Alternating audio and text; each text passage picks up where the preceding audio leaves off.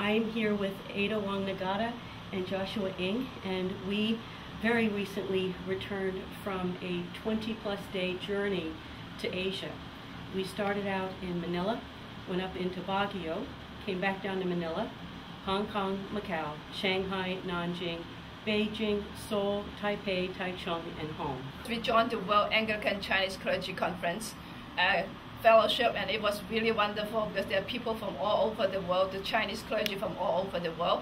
It's a good fellowship and a good learning experience. For us as North Americans, Joshua Ng is the coordinator for the Worldwide Anglican Chinese Clergy Fellowship.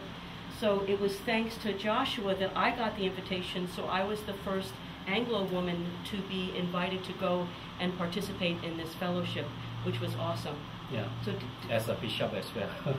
Actually, the Diocese of Singapore have a group of clergy were at the World Anglican Chinese Clergy Fellowship as well. It's a wonderful fellowship. Because we were already over there and had traveled so far, we also took that opportunity for some of us to go up to Baguio, which is the hill country in the Philippines, and we met with Bishop Joel Pacheco, who has a wonderful ministry there. He's developed something called the 10% solution. So each church, each congregation over a 10-year period is working to increase the number of people that they have there, and as well as kind of the vibrancy of the church by 10% per year. While they know that not everyone is going to be able to do that just because of where they are logistically, many of the congregations are already meeting and exceeding that goal. So you see this energy in the province around growing the church within 10 years. Well, I'm really happy to be back at Hong Kong because that's where I was born and raised. And so we went to St. John's Cathedral to worship there, and then met with the General Secretary, Father Peter Kun. And after the next day, we took the ferry to go to Macau and visit different churches.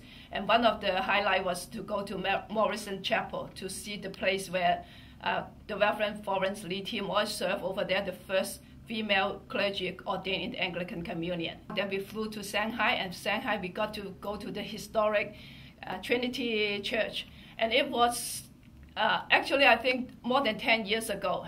Episcopal Church already established a relationship there, and I helped them to do the renovation. So when we got there, it was really beautiful, and hopefully in a couple months they can restart have service in Trinity Church, the so-called the Red Cathedral.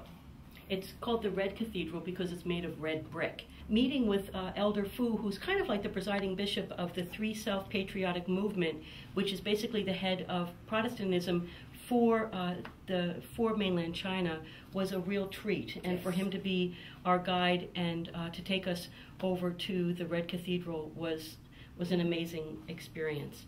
We went to Seoul and rekindled our, of course, good relationship that we have with the province of Seoul, or the province of Korea. And we had a wonderful time with Archbishop Kim again, meeting with key leaders there, including myself and Ada, especially meeting with some of the women clergy of the diocese, so that was a fun event.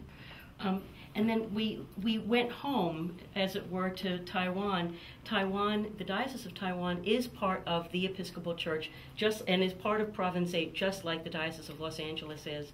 So we were able to be with Bishop Lai, who is a member of our House of Bishops, of course.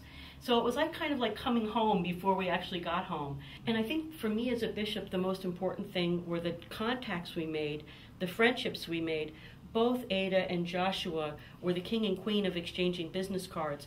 But more than exchanging business cards, it was exchanging stories of mission and ministry.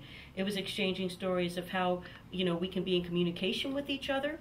If they've got people that are coming over here, if we've got people that are going over there, we know where to send them, where they're not only to be welcomed as we would welcome anyone here, but where they'll be really cared for. And I think just that level of being able to make those deep contacts and make those deep connections benefits everyone and helps us grow the church. Yeah, Ada and I really have deep our hearts, deep come from our hearts. We thanks Bishop Diane, and also thanks Bishop Bruno as well for his support. and also Bishop Graspel Well, in this journey. Yeah. And thank your parishes for letting you go for 3 Yes, weeks. yes. That was Thanks, a long time to be Thank away. you. Yes. Yeah, thanks St. Thomas. And then Church of Savior. That actually, the coming Sunday, I'm going to give a presentation of my trip. Right. Yes. So, 那么谢谢你们。Thank you. 谢谢。我可以拥有全世界，却没有爱；我可以明白所有事，却还是空白；我可以用星星以上，却还是孤单。这世界没有了爱，一切。